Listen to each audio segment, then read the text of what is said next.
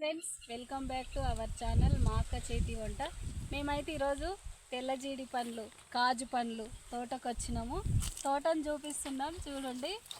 ఫుల్గా కాజు పండ్లు అయినాయి.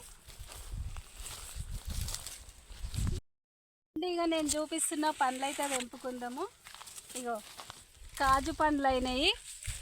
ఇక వీటిని జీడిపప్పు అంటాం మనం. జీడిపప్పు డ్రై ఫ్రూట్స్ కొనుక్కుంటాం చూడు, అవి. వీటిని ఎండబెట్టి గుద్దుకుంటే దీంట్లో నుండి బీజం వస్తుంది, తింటాం ఆ బీజను.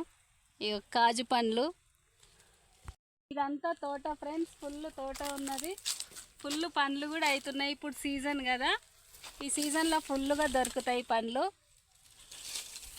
చూడండి ఎట్లున్నాయి ఇవన్నీ, ఫుల్గా ఉన్నాయి. ఇక బాగా పండ్లు అయ్యి చెట్ల కింద నుంచి కిందికి పడుతున్నాయి, రాలిపోతున్నాయి. ఈ ఫుల్ సీజన్ కదా ఇప్పుడు. ఇక చూడండి ఫ్రెండ్స్, కింద ఎన్ని రాలిపోయినాయో.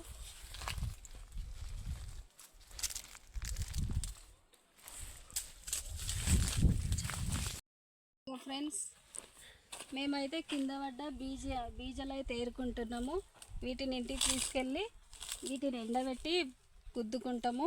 వీటిలో నుండి జీడి పలుకులు వస్తాయి. ఇది మినిమం 30 ఎకరాలలో ఉంటుంది ఈ తోట, చాలా పెద్ద తోట. ఫ్రెండ్స్, నేనైతే తెంపుకొని తింటున్నా జీడిపండు, కాజు పండు.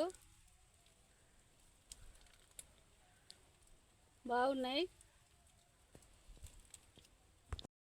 ఇక ఫ్రెండ్స్, మేమైతే కింద పడ్డ ఈ పండ్లన్నీ తీసుకున్నాము. ఎందుకంటే ఈ బీజల కోసం తీసుకున్నాము. వీటన్నిటిని ఇట్లా దీని నుంచి తీసుకొని ఈ బీజలన్నిటినీ కాల్చి బయటికి పలుకులు తీసుకుంటాము. ఈ పండు వల్ల చాలా పండు తినొచ్చు. బీజలు మన పాషాము, సేమియాలలో కూడా వాడుకోవచ్చు. డ్రై ఫ్రూట్స్ చాలా అన్ని పనికి వస్తాయి, ఏది వేస్ట్ కాదు. వీడియో నచ్చినట్టయితే లైక్ చేయండి, షేర్ చేయండి, సబ్స్క్రైబ్ చేసుకోండి. బాయ్.